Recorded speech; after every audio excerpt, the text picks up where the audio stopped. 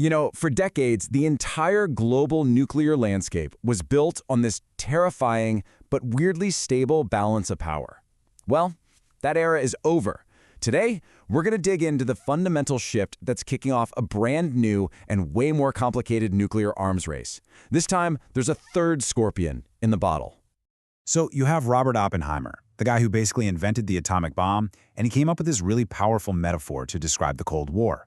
The United States and the Soviet Union, two nuclear superpowers, were trapped. Neither one could attack the other without guaranteeing their own destruction. It was this horrifying stalemate. But it was a stalemate. It was stable.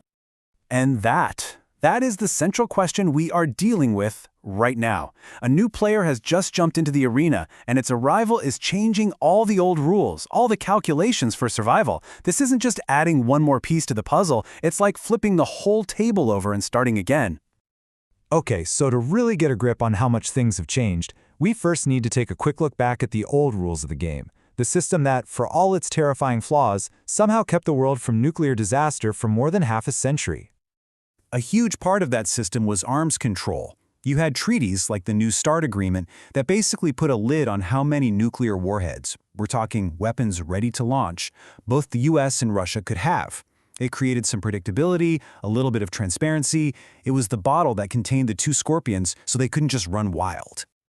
But here's the kicker. That treaty, which was really the last major pillar of arms control between these two nuclear giants, it's gone. It expired. And there is nothing ready to take its place. The lid is officially off the bottle. And into this new, wide-open environment, who steps in? The third scorpion, China. Its nuclear program is growing at a speed and a scale we haven't seen since the absolute peak of the Cold War, and it's forcing literally everyone to redo their math. I mean, just look at the raw speed of this change. Back in 2012, when Xi Jinping took power, China had maybe 240 warheads. Today, that number has shot up to around 600. And by 2030, the Pentagon is projecting it's going to clear 1,000. This isn't just growth. This is an explosion. And this chart really puts it all in perspective. You can see the US and Russia are still way out in front, each with around 1,550 deployed warheads. But look at China. It is rapidly building an arsenal that puts it in a totally new league.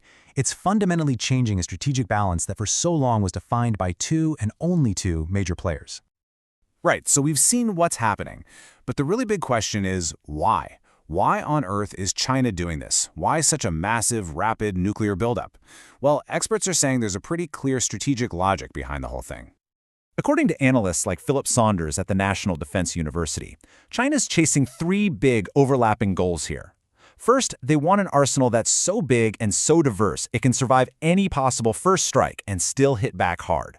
Second, they want more flexible weapons, not just the giant city killers, but smaller tactical nukes you could use on a battlefield. And third, well, it's the simple reality that in today's world, having a massive nuclear arsenal is the ultimate symbol of being a great power. And here's a perfect example of that second point about flexibility. China isn't just building more of the same old stuff. It's developing these smaller warheads for missiles like the DF-26. You know what they call this one? The Guam Killer. And that's because it's designed specifically to threaten major US military bases in the Pacific. It gives China new options in a potential conflict, say over Taiwan, that are less than total Armageddon. So you can see the enormous challenge this creates for the United States. For the very first time in history, America has to think about facing two nuclear peers, Russia and China, at the same time. The question is, how in the world do you respond to that? And right now, inside the US, there's a huge debate raging. On one side, you have think tanks like the Heritage Foundation calling for a massive buildup. They want to more than double the American arsenal. But on the other side, you've got some administration officials suggesting something more modest, like adding maybe 300 to 500 more weapons aimed specifically at China's new missile silos.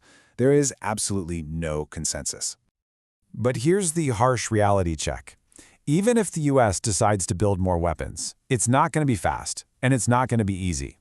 The country is already struggling with these outrageously expensive and delayed projects just to modernize the arsenal it already has. America's industrial base can only churn out a few dozen new warheads a year, while Russia can make hundreds. It's a critical mismatch between what the US might need and what it can actually produce. And look, this isn't just a story about three countries. What the US, Russia, and China are doing is creating this massive ripple effect that's destabilizing the entire planet. This one number really says it all. For 40 years, 40 years. The world was on a path of shrinking the total number of nuclear weapons. That whole process, it is now officially in reverse. We are back in an age of nuclear expansion. And that expansion could easily spiral out of control, like a set of dominoes. If the US builds up, Russia has already said it'll do the same. That's going to pressure India to build more to counter China, which will then pressure Pakistan to keep up with India. And all the while, you've got nervous American allies, maybe in places like South Korea, wondering if they can still count on the US and thinking maybe we need our own nukes. So what's the bottom line here? We're leaving behind a world that was, yes, completely terrifying, but at least it was a risk we understood. It was bipolar. We're now entering a multipolar world with way more players, way more variables, and just an exponential number of ways for things to go catastrophically wrong. And that brings us right back to where we started. That old standoff between two scorpions had its own brutal but stable logic. Now, with more and more scorpions crowding into that same bottle, the dynamics are chaotic, they're unpredictable, and it leaves us with one final and truly critical question.